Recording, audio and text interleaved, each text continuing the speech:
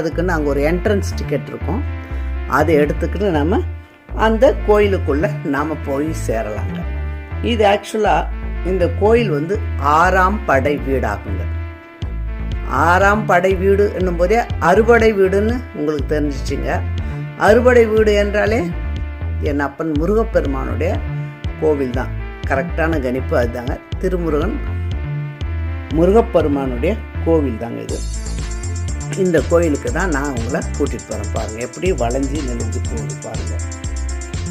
இந்த இடத்துல மதுரையை நோக்கி தமிழ் பாட்டி ஔவையார் வந்து ஒரு வாட்டி ட்ராவல் பண்ணுறாங்க. அந்த டைமில் இளைப்பாறத்துக்காக ஒரு நாவல் மரத்துங்களை வந்து இளைப்பாற தங்குறாங்கங்க. அப்போ முருகப்பெருமான் ஒரு சிறு திருவிளையாடல் பண்ணுறதுக்காக நினச்சி ஔவையினுடைய தன்னுடைய ஔவையை வந்து புகழ் உச்சிக்கே இருக்கும்போது சற்று தலைக்கணம் இருப்பதாக முருகன் வந்து